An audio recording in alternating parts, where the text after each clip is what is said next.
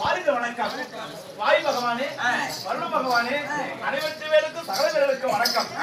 நான் தான் கிண்ணன், நான் தான் கும்புருடன்.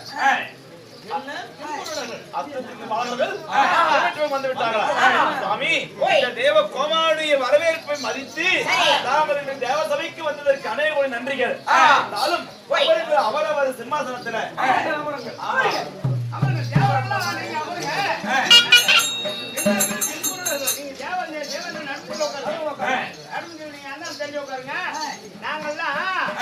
அதாவது இந்த தேவர் சபையில சுருள் 33 தேவர்கள், சுருள் 33 தேவர்கள், 40,80,000 ரிஷிமாதர்கள், கிண்ணர்கள், கின்புருடர்கள், சப்த வித்யாதர்கள், ஞானிகள், யோகிகள் அனைவர்களும் இந்த தேவர் சபைக்கு வந்திருக்கிறாங்க.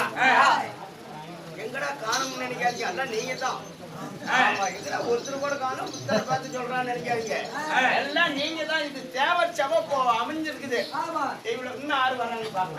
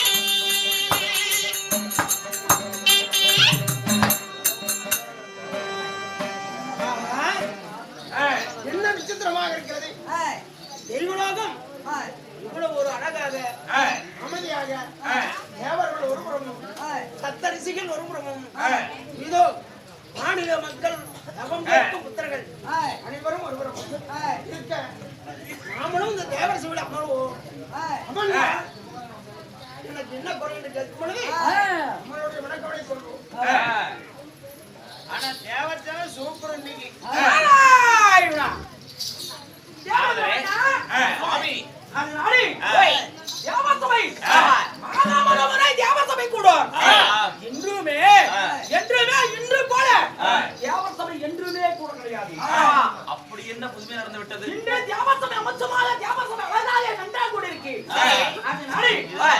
தேவசபையில யாராரு வர வேண்டும், யாரால் தேவசபைக்கு வரக்கூடாது, உன்னுடைய கட்டளை எப்படி?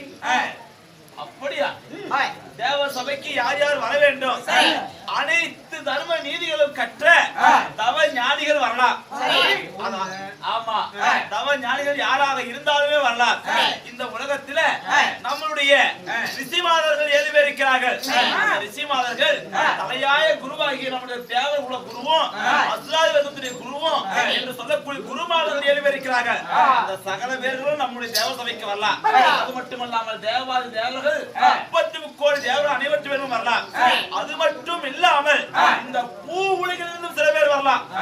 பூலோகத்துல அப்படி பூலோகத்துல யார் யார் தெரியுமா வர முடியும்? பூலோகத்துல புண்ணியம் செய்தவர்கள் என்று சில பேர் இருக்கிறார்கள். அந்த புண்ணியம் செய்தவர்களுக்கு மட்டும்தான் இந்த பொன்னுலோகத்தில் அனுமதி உண்டு. எனக்கு ஒரு சந்தேகம். என்னப்பா? புண்ணியம் செஞ்சவன் யாரு, பாவம் செஞ்சவன் யாருன்னு எப்படி கண்டுபிடிக்க? ஐயா, சகல செல்வாக்கோடு சீவை பூமியோடு வாழ்பவன் மாபெரும் புண்ணியவான் கிடையவே கிடையாது. உலகத்துல என்னதான் நித்திய செல்வங்கள் பெற்றிருந்தாலும் அவன் புண்ணியம் செய்தவனே கிடையாது. எவன் ஒருவன் வீடு நிறைய பொன்பொருள் இல்லாவிட்டாலும் பிள்ளை செல்வத்தோடு சீரும் சிறப்போடு எவன் வாழலாம் அவனே புண்ணியம் செய்தவன் பூவுலகில. அப்படி பிள்ளை இல்லாதவன் இந்த புண்ணியலோகத்துக்கு வரக்கூடாது. அவன் பிள்ளை இல்லாதவன் புண்ணியம் செய்யாதவன் இந்த பொன்னுலோகத்திற்கு அவன் துளிவோட இடம் கிடையாது. இத யாராவது புள்ள இல்லாதவங்க இந்த சபையில இருந்தா எந்திரிச்சு நில்லுங்க. அருமை இல்லையே, இன்னும் விசித்திரமாக இருக்கிறது.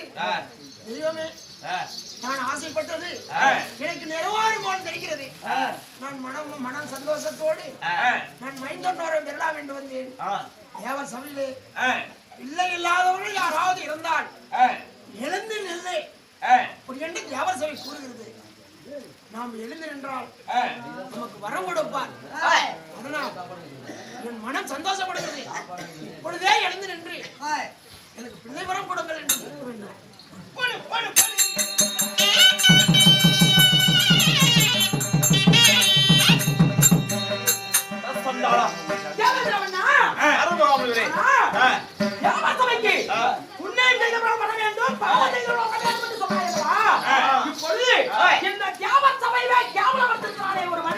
அவனை விட்டு வைப்பதா? இதுதான் உன்னுடைய நீதியா? இதுதான் உன்னுடைய தர்மமா? ஐயோ சுவாமி,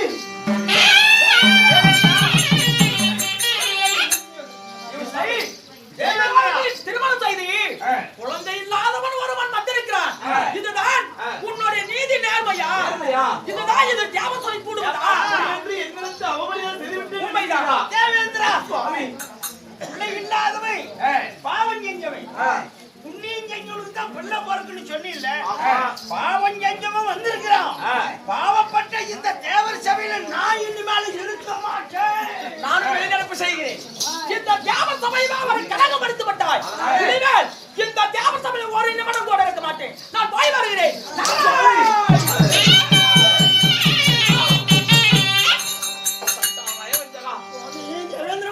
நீ செய்த காரியத்தின் விளைவை பார்த்தாயா? என்றுமே இந்த தேவசபை கனகம் போல இருக்கிற தேவசபையில நீ வந்து இப்படிப்பட்ட பாவத்தை எல்லாம் எனக்கு தேடி கொடுத்து விட்டாய். அனைத்து தேவரும் இனிமேல் இந்த தேவசபையில் அங்க இருக்க மாட்டோம் என அவமதித்து விட்டாய் என்பதற்காக வெளியேறப்பு செய்து விட்டாங்க. உன்னை சும்மா விடுவேனா?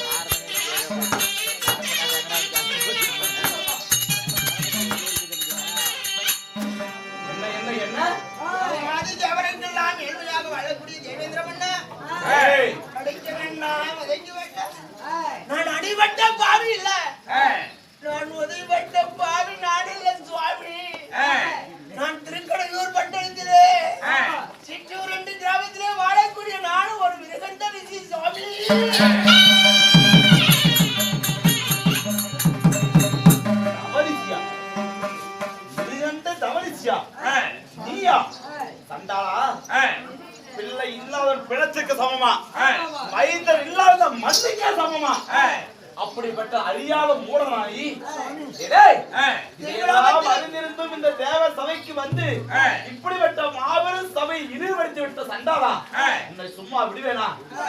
இனிமேல் தெய்வமே என்னை மன்னித்து விடுங்கள் சுவாமி. தேவ சபைக்கு யார் யார் வர வேண்டும், யார் யார் வரக்கூடாது என்று தெரியாமல் கடவுளே நான் கலகத்தை ஏற்படுத்தி விட்டேன் சுவாமி.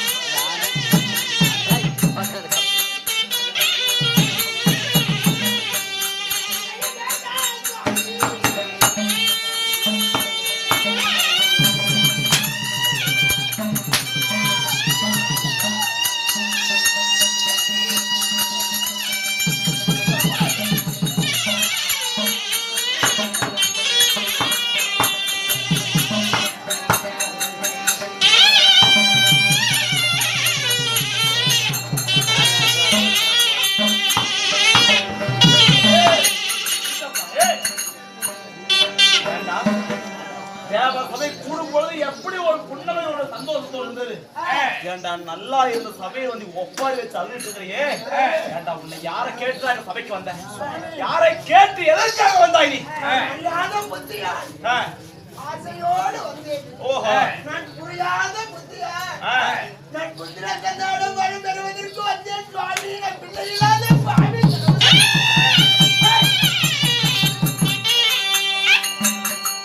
பிள்ளை இல்லாத பாவி. ஏண்டா அறியாத புத்தியா தெரியாத வந்த பாவி என்று இப்பொழுது அழுது புலம்புகிறாயே, நீ எல்லாம் ஒரு முனிவனா? நீ எல்லாம் ஒரு மகரிஷியா? கண்டாரா, பிள்ளை இல்லாதவனுக்கு பொண்ணு அவற்றை இடமில்லை என்று அறியாது நீ எல்லாம் எந்த குலத்து முனிவனடா? இப்பொழுது சொல்கிறேன் கேள். இனிமேல் இந்த தேவ சபையிலே உன்னை கண்ணால் காணவே கூடாது. இனிமேல் இந்த தேவ சபைக்கு அருகதையும் கிடையாது. போடா, தேவ சபையை விட்டு வெளியே போடா.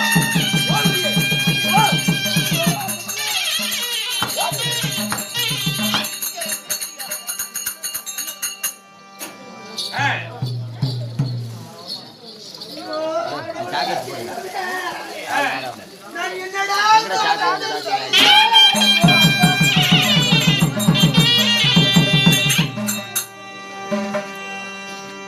இந்த மகாபாவி ஒரு பாவி ஒரு வழியிலே சென்றார். அங்கு இருக்கும் ஏரி கூட படாக முடிவிடும் என்று சொன்னார்.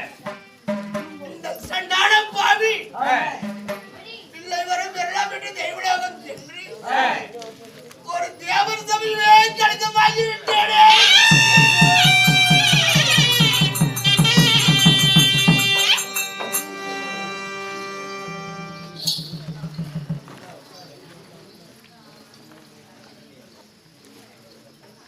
உலகத்திலே பல பேர் பலவிதமாக பேசினார்கள். ஒரு பிள்ளை இல்லாத வீடு, பேய் வீட்டுக்கு சமம் என்று சொன்னார்களே.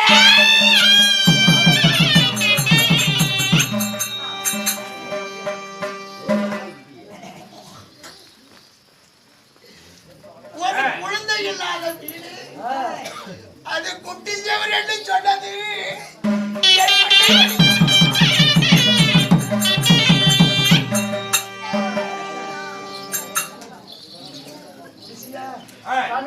நான் அறியாத புத்தியால் தேவர் சபையை கலந்து வாங்கிவிட்டேன்.